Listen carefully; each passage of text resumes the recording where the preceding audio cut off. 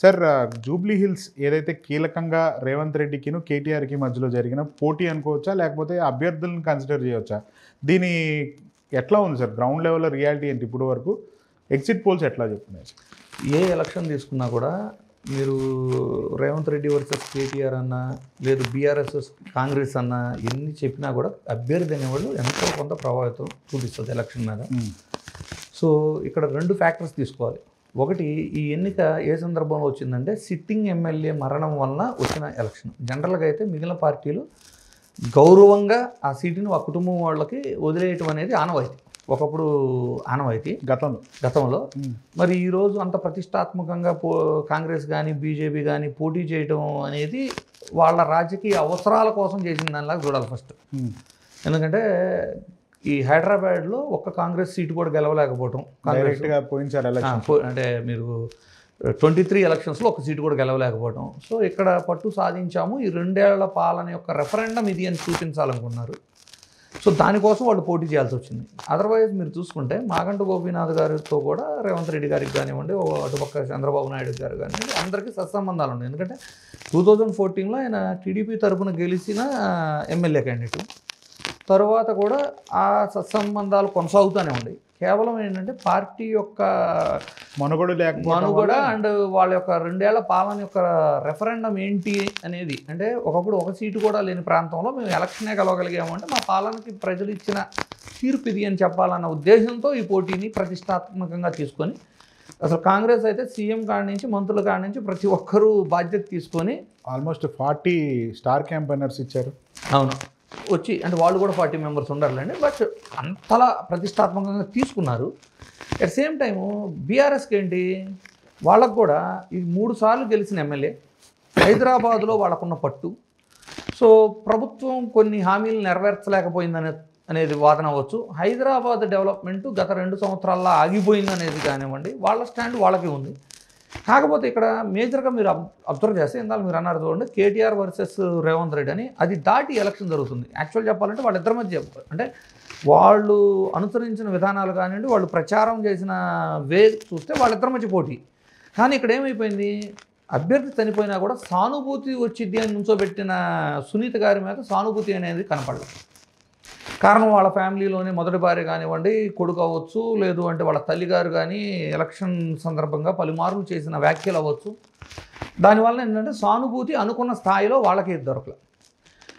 ఇటు సైడ్ నుంచి వస్తేనేమో వీళ్ళ మీద రౌడీ షీటు అని ముద్ర ఉండటము, బైండ్ ఓవర్ కేసులు, ఒక పక్క ఎలక్షన్ స్టార్ట్ అయ్యి రూలింగ్లో ఉండి కూడా అభ్యర్థి యొక్క తండ్రి మీద కూడా బైండ్ ఓవర్ కేసులు ఫైల్ చేయగలగటము. సో వీళ్ళకి కూడా అనుకున్నంత మైలేజ్ కానివ్వండి, అంటే అభ్యర్థి పరంగా లోకల్ అభ్యర్థి అంటే ఈ అభ్యర్థి అయితే యాడ్ ఆన్గా పార్టీ బలం అన్నీ కలిపితే ఈజీగా గెలవగలుగుతారు అనే ప్లానింగ్ నుంచి వీళ్ళకి ఎదురు దెబ్బ తగిలింది. 3 సార్లు గెలిచిన ఎమ్మెల్యే యొక్క అంటే మరణం వలన వచ్చిన దాంట్లో వాళ్ళ ఫ్యామిలీ నుంచి నుంచోబెట్టడం వల్ల సానుభూతితో ఈజీగా గెలవచ్చు అనే బీఆర్ఎస్కి కూడా ఎదురు దెబ్బ తగిలింది. మూడో పార్టీ బీజేపీ ఉంది. కానీ జనరల్గా ఈ పోటీలో అసలు వీళ్ళిద్దరి మధ్య పోటీలో లేదనే చెప్పాలి. అంటే బేసిక్గా మార్జిన్ ఎంత ఉండబోతుంది అనుకుంటున్నారు మీరు? అంటే గ్రౌండ్లో ఎవరిని అడిగినా బీఆర్ఎస్ అంటున్నారు లేదా కాంగ్రెస్ అంటున్నారు. అసలు బీజేపీ అనేది కన్సిడరేషన్లోకి లేదు ఎక్కడ కూడా, ఇట్స్ ఏ 0 గ్రౌండ్ లెవెల్లో. కానీ ఎక్కడ ఏ కామన్ మ్యాన్ అడిగినా బీఆర్ఎస్ అంటాడు, ఇంకొక సైడ్ వెళ్తే కాంగ్రెస్ అంటున్నారు. ఇక్కడ నవీన్ క్రేజ్ అతను పుట్టి పెరిగిన ఏరియాలో రేమత్ నగర్ కానీ లేకపోతే యూసుగూడ కానీ బోరబండ వాళ్ళ ఫాదర్ ఇన్ఫ్లుయెన్స్, ఈ జూబ్లీస్ కృష్ణనగర్ అన్నీ చూస్తుంటే అతని ఇన్ఫ్లుయెన్స్ ఎక్కువ ఉంది అక్కడ. బట్ అదర్ అసెంబ్లీ ఆ సెగ్మెంట్లో ఎట్లా ఉంది? అదర్ దాంట్లో అదర్స్ అనే కూడా మొత్తం 7 డివిజన్స్ ఉన్నాయి. అవును, మీకు వెంగళరావు నగర్ డివిజన్ తీసుకుంటే కమ్మ సామాజిక వర్గం ఓట్లు అధికంగా ఉంటాయి. దే ఆర్ ద ఇన్ఫ్లుయెన్సర్స్ ఆ డివిజన్లో.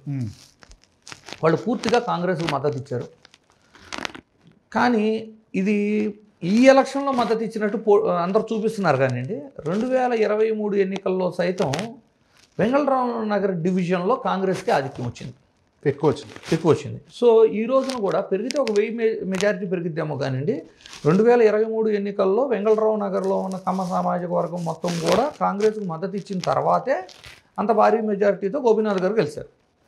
సో కమ్మ సామాజిక వర్గ ఓట్లు కాంగ్రెస్కు మద్దతు ఇచ్చారు. ఈ 7 డివిజన్లో కూడా మీకు మేజర్గా ఏమవుతుంది అంటే మీకు ముస్లిం మైనారిటీ ఓట్లు ఆల్మోస్ట్ 35% ఓటింగ్ ఉంది ఈ జూబ్లీ హిల్స్ నియోజకవర్గంలో. 1 lakh చేంజ్ పైన ఉన్నాయి.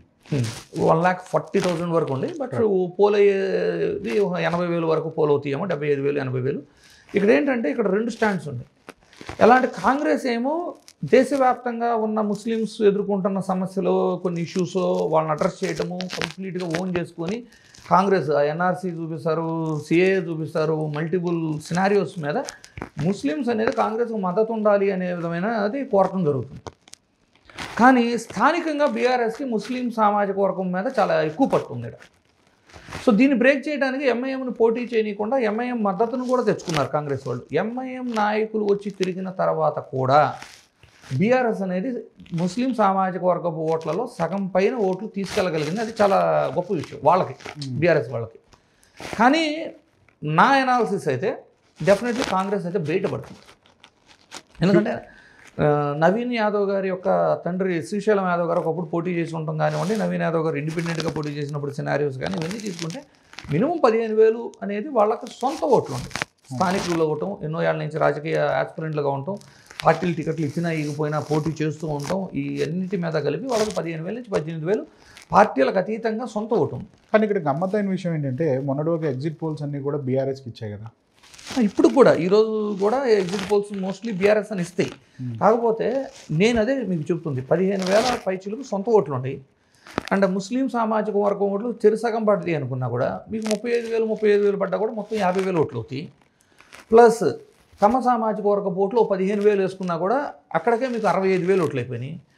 ఇప్పుడు జరుగుతున్న పోలింగ్ పర్సంటేజెస్ ఇప్పుడు ఫైనల్ ఓటింగ్ మీరు అనౌన్స్ చేస్తే మీకు 70,000 ఓట్లు వస్తేనే గెలిచేస్తారు.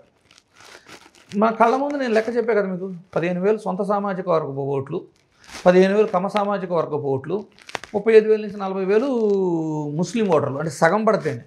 పైపెచ్చు ఏంటి, బీసీ సామాజిక వర్గం చెందిన నవీన్ యాదవ్కి ఇప్పుడు చెప్పిన ఓట్లు కాకుండా ఇంకొక 50-60,000 ఓట్లు, 10,000 ఓట్లు వచ్చినా కూడా ఒక 5,000 మెజారిటీ అనేది ఈజీగా వస్తుంది.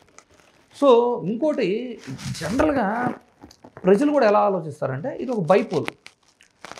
ఈ ఎలక్షన్లో బీఆర్ఎస్ గెలిస్తే బీఆర్ఎస్కి ఉపయోగం ఏంటంటే ప్రజా వ్యతిరేకత ఉంది అని నిరూపించుకోవడానికి, తమ పార్టీ హైదరాబాద్లో స్ట్రాంగ్ ఉందని నిరూపించుకోవడానికి బీఆర్ఎస్కి ఉపయోగపడుతుంది.